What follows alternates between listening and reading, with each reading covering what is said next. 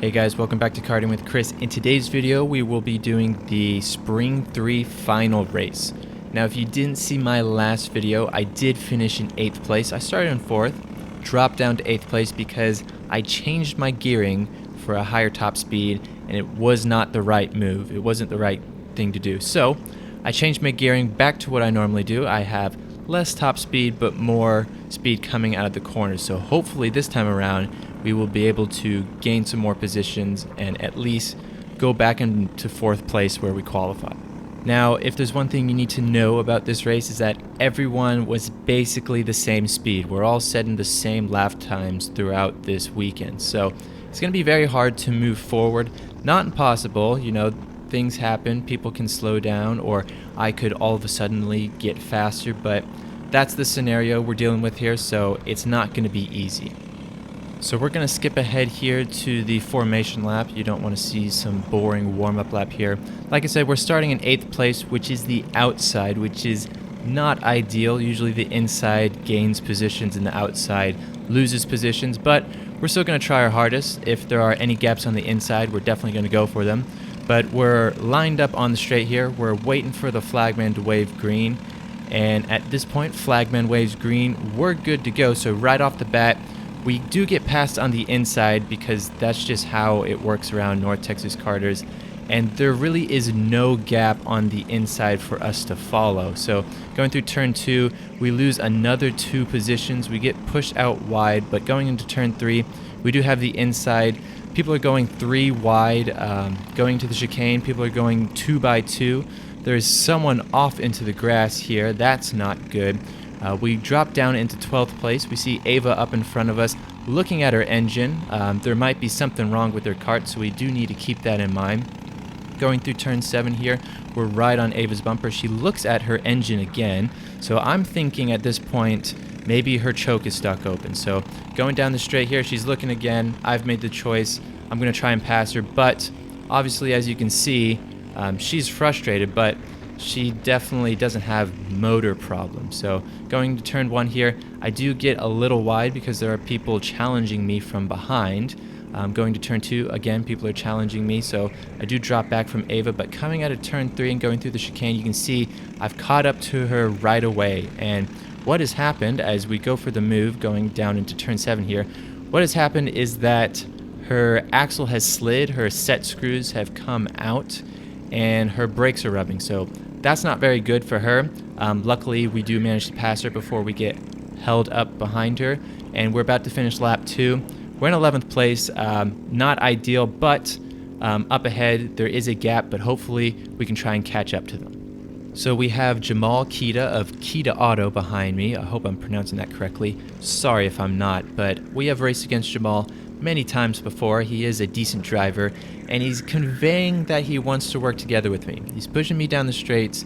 He's not going for any super moves. He's not actively trying to pass me, which is very nice of him. He doesn't have to do that, but it's also very smart of him because we're in the early stages of the race. As you can see, there are small gaps, but we don't want those gaps to get bigger. So 2 people is faster than 1, so we can see Hunter up ahead in 10th place. He doesn't have a draft. Jamal's working with me, so we're going to be faster than him. So this will allow us to catch up to Hunter. So we're rounding out lap 3, starting lap 4, and I don't know if you can hear it in the background, but Hunter's engine up ahead does not sound right. It sounds really loud. And basically what's happened is, I don't know if you can see it, but his muffler, his exhaust is very loose. And so coming out of the chicane here, I point forward, wave my hand, telling the corner workers to meatball flag him as I send it up through turn 7. I do not want to be behind Hunter because if that exhaust does somehow get off his cart, it should be safety wired. But if it does, I don't want to get hit in the face with a very hot exhaust. So we get past Hunter. We're now up into 10th place. Didn't lose too much time, but we did lose time to the next person in front. I don't know who the next person in front is. I can't quite see who that is, but they're all by themselves, so Jamal and I should be able to catch up to them, but, you know, things happen. So it was at this point of the race I noticed that Jamal had fallen out of slipstream range behind me. He was no longer in my draft and able to push me down the straights, and this is good and bad. So the good news is that it kind of means I'm pulling away from him, and I don't have to worry about him anymore, especially near the later stages of the race. But it's bad because we want to catch up to the people in front of us, and since today everyone's about the same speed, if you're a tenth faster, it's going to take forever to catch up to someone. So you need someone behind you pushing you so you get that advantage going down the straights. Now, one thing I did notice is that he fell on my slipstream range, which meant he couldn't push me down the straights, but he was about the same speed as me, so every single time I looked behind me, he was right there just letting me know if I made a mistake, he'd be right on my bumper. So that was kind of the situation we were in, so it kind of made catching up to the people in front of us a little bit more difficult. So I'm going to walk you through what I think a fast lap around NTK is. Do keep in mind, I'm not the fastest person here, and I never claim to be, so just keep that in mind. So going through turn 1, full throttle. If it's your first time here, that can be a little scary, but just work up to it. Through turn 2, it's all about the rotation. You want the car to rotate. Turn 3, you got to get on the power really early because it's the most important corner on the track. Through the chicane, nail both apexes, treat it like a straight, and we're on the straight here. Going into turn 7, you can brake nice and late, nice and hard, and then going through turn 7, you want to get a little more of the apex than I did. Through turns 8 and 9, you want to hit both curbings, and then it's just a drag race to the end. NTK is not the longest track in the world, so it's pretty simple, but that's also what makes it hard because everyone gets it pretty quickly, and so it can make the lap times a lot more closer. So we're on lap 8 here, and we're almost halfway through the race, and you can see up ahead the gap to the people in front has not gone down. You can see that the group of 2 has now turned into a group of 3, and if they start working together, then it's going to be incredibly hard to catch up to them.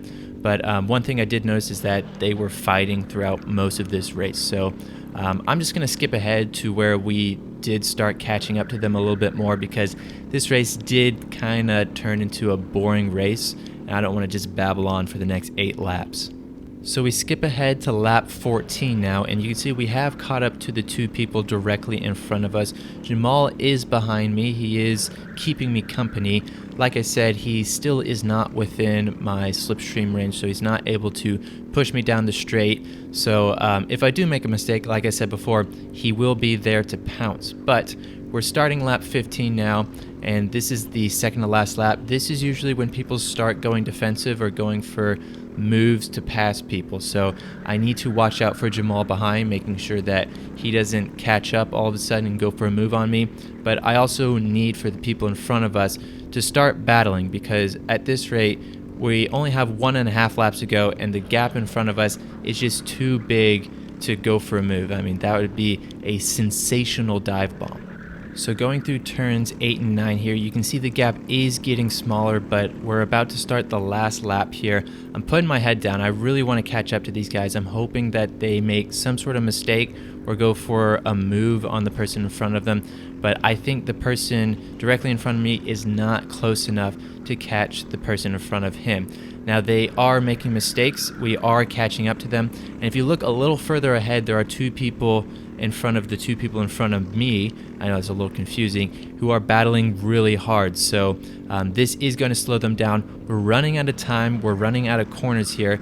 Going through turn 7 here and about to go through turns 8 and 9. There's a big cluster of 4 people up ahead. They're getting really close, but we're going down the straight here.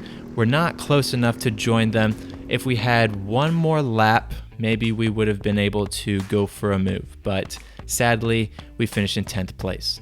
Now, unfortunately, this was not the most interesting race in the world. You do get races that really not a lot happens. Maybe if we had one more lap, we could have had a different outcome, but that's all I'm going to have for today. If you liked the video, please consider subscribing, and if you have any questions, suggestions, or opinions, please comment below. Thank you guys for watching, and have a good day.